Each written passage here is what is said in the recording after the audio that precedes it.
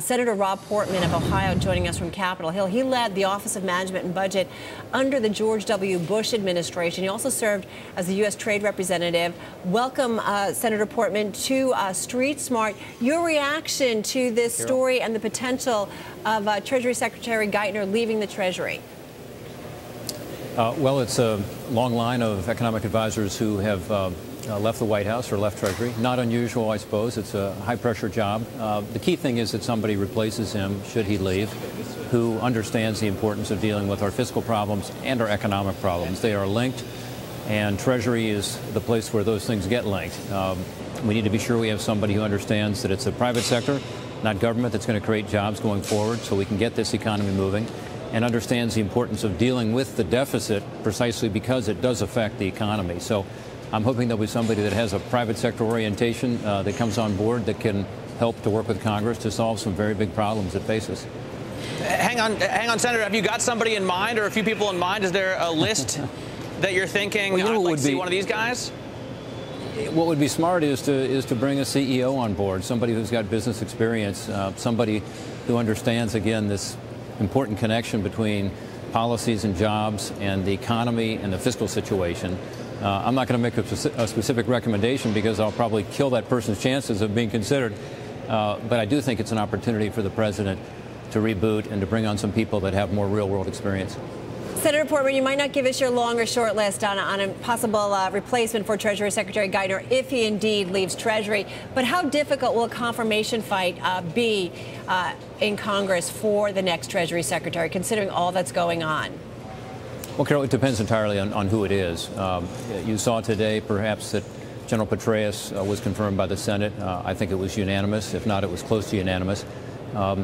Good candidates who come forward will be confirmed easily.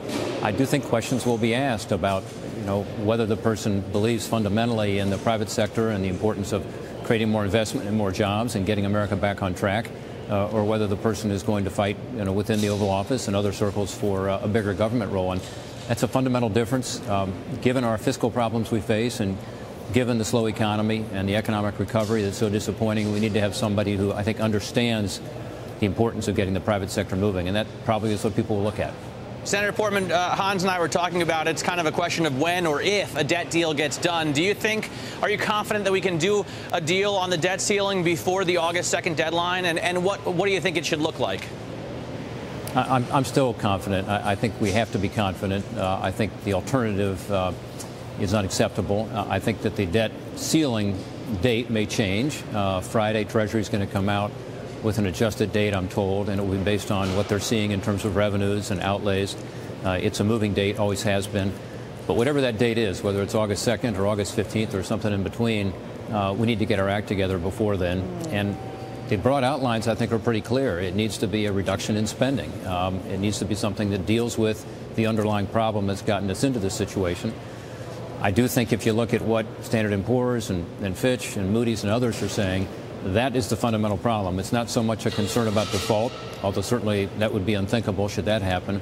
It's a concern about Congress and the president not acting during this debt ceiling opportunity to actually reduce spending. And if that doesn't happen, if there aren't commitments made, then I think we're going to get into a deeper fiscal problem, higher interest rates, the potential really for the kind of problems we saw in September of 2008 and maybe worse. Senator Portman, just got about 30 seconds left here. How much pressure are you feeling from the news that we continue to hear from the ratings agencies about the rating here for the United States? Are you guys feeling that pressure here?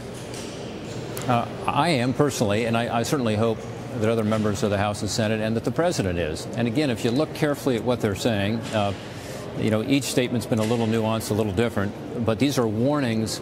Again, not so much about the debt limit discussion, but they're warnings about our fiscal condition.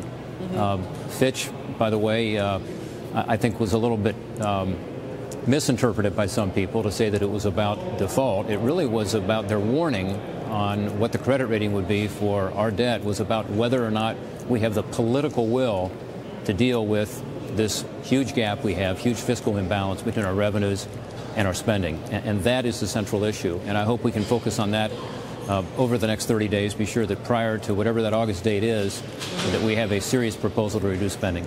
Senator Portman, we do need to leave it there. Senator Rob Portman, thank you so much for joining us here on Street Thanks, Carol. Smart. We Thanks, appreciate Matt. it.